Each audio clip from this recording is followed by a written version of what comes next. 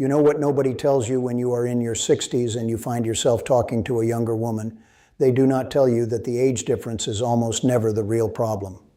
Think about that for a second, because if that is true, and I am telling you from experience that it absolutely is, then everything you have been blaming for your lack of success with younger women might not be the real issue at all. 2 years ago, I was sitting next to a woman at a dinner party. She was in her early 40s, sharp, beautiful, the kind of woman who had probably never given a man like me a second look in her life. And by the end of that night, she leaned over, looked me straight in the eye, and asked for my number. I am 66 years old, not in great shape, completely gray, ordinary car, shirt I bought on sale 3 years ago. So what actually happened that night, I am going to tell you exactly. But you need to understand one thing first, and it is the thing that changes everything. Stay with me. My name is not important. What is important is that I am 66 years old. I am carrying a few extra pounds. My hair has not seen its original color in a decade, and I drive a car that has never once turned a head in a parking lot. I am not a dating coach. I am not a guru. I am just a man who spent the better part of 2 years feeling completely invisible after a long relationship ended in my early 60s, and then slowly, through a lot of trial and a lot of error, figured out something that changed everything for me. I started having conversations with women, younger women, that actually went somewhere.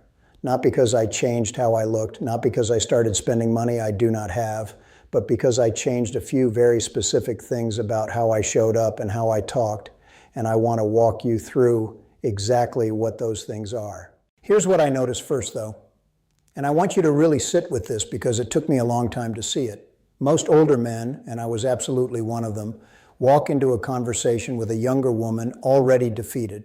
Before a single word is spoken, there is this invisible weight they are carrying, this quiet certainty of, she is probably not interested, I am too old for this, she is going to think I am some creepy old guy trying to talk to someone out of his league. And that weight, that anxiety, it does not stay invisible. It leaks into everything, the way you hold yourself, the way you speak, the speed at which you talk, the things you say, trying to prove you are still relevant. I watched a good friend of mine do this at a bar one evening. This woman, probably in her late 30s, had started a perfectly easy conversation with him. And within 5 minutes, he had mentioned his age twice, made a self-deprecating joke about being old enough to be her father, and started listing his accomplishments like he was in a job interview. I watched her smile politely and excuse herself, and I thought, I have done that. I have done every single one of those things. The shift for me came on a random Tuesday evening at a friend's gathering. There was a woman there, I would say mid-40s, and we ended up standing near the same corner of the room. And something in me that night just let go. I was tired, not in a bad way, just tired of performing, tired of trying to seem younger or more impressive than I am. So I just talked to her like I would talk to anyone. I was curious about her. I was unhurried. I did not once think about the gap in our ages. And about 40 minutes into the conversation, I noticed something. She had turned her whole body toward me. She was laughing easily. She kept asking me questions, and I realized I had not said a single impressive thing. I had not tried to close any gap. I had just been completely uncomplicatedly present.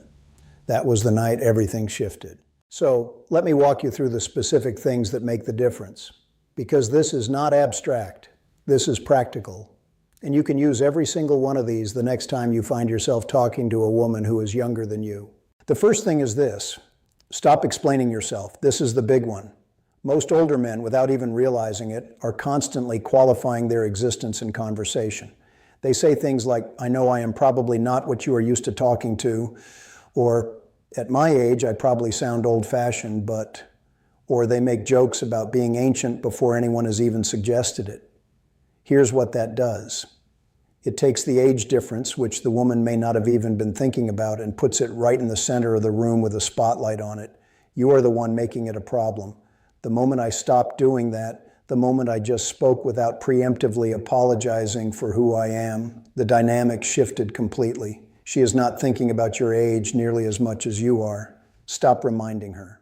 The second thing is to lead with curiosity, not impressiveness. Younger women are not sitting across from you hoping you will dazzle them. What they are hoping for, often without even knowing it, is to feel genuinely interesting themselves. Most men talk at women.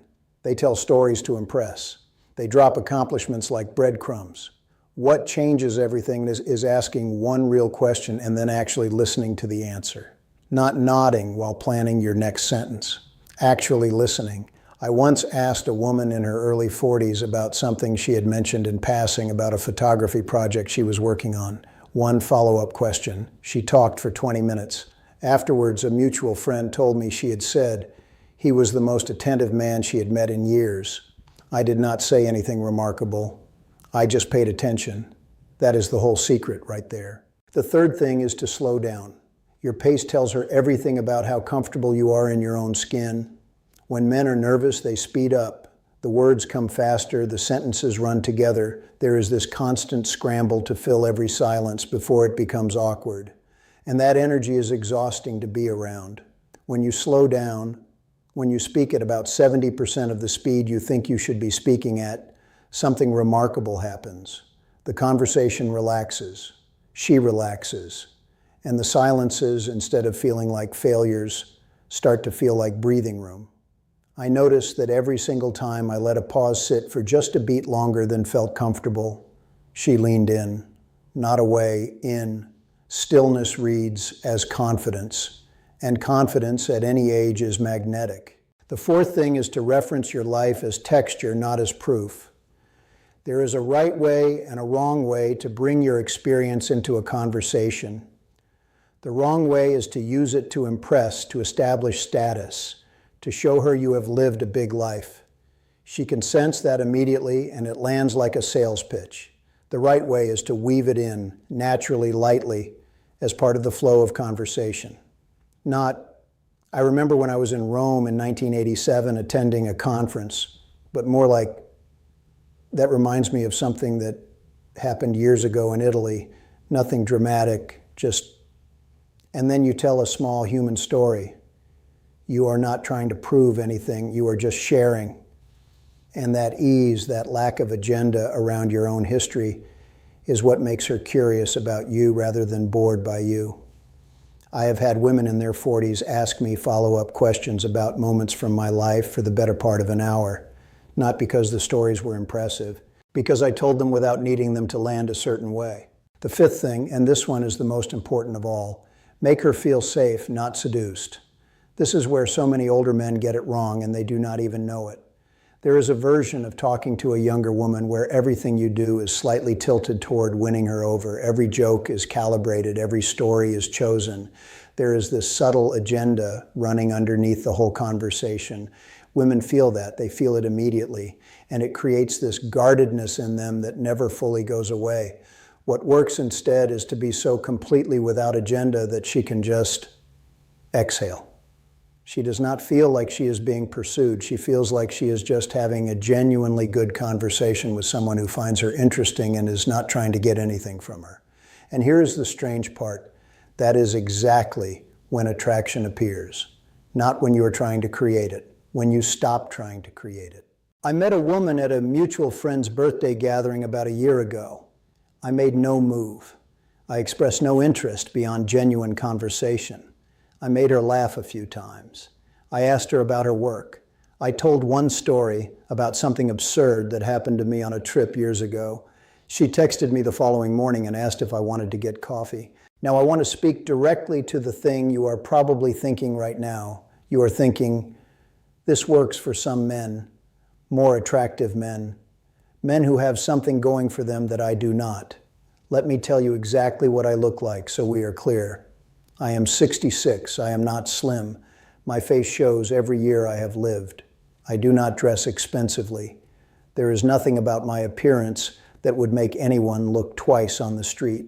And I am telling you from direct personal experience that none of that has mattered in the conversations I am describing to you, because none of the women I have connected with were responding to how I looked. They were responding to how they felt when they were talking to me. That is the whole game. Calm, interested, unrushed, seen. You can create that feeling regardless of what you look like or how old you are. That is not a motivational statement. That is just what I have experienced. So here is where I want to leave you. The next time you find yourself near a younger woman at a gathering, at a coffee shop, anywhere, I want you to try just one of these things. Stop qualifying your age. Slow down your speech. Ask one real question and actually listen. Bring in a story without needing it to land. And let go of any agenda around how the conversation ends. That is it. That is the whole shift. Imagine doing that consistently over the next few months and looking back at the kinds of conversations you are having, the connections that are forming, not because you became someone different, but because you finally stopped getting in your own way. If any of this resonated with you, I share more of what has worked for me right here on this channel. Stick around.